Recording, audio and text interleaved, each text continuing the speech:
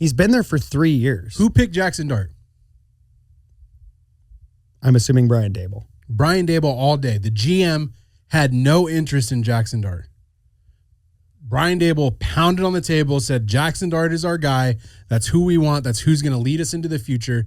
But tell me why then when you now have a depleted team that is still going out every Sunday competing that has none of their superstars, why is the GM there and the coach is not?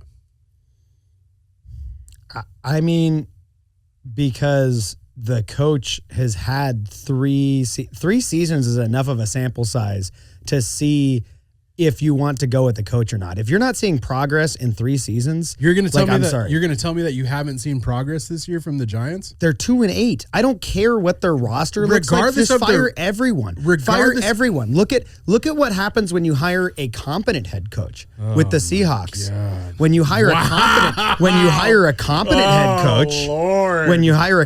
head coach, you have progress in the first year. You don't have a perfect season. You figure things out, and then you know what? You know what happens? You were the same exact thing that you were with Pete Carroll. But they played way different. It was a different team. It was a different system. And then in the second year, things start to gel. You build up a coaching staff. So you're telling me you add some pieces, and now you're the best team in the NFL. Your window should be 2 years to take a professional sports team like the New York Giants and say you are a competitor. Absolutely. That is the most ridiculous thing I've ever heard in my life. That's professional sports now. That's professional sports. And that's what's wrong with professional sports. 1 year we don't want to develop we don't want to develop teams. We don't want to build teams. We want to win right now. And then you end up like the Raiders where you're just in this constant cycle. No, you're making a good point, Brian. You're right. Pete Carroll should stay there for the next 5 seasons. Let's give him a chance. In fact, let's keep the GM and Pete Carroll around and make sure that they have like 5 to 10 years to try to gel this team into something good.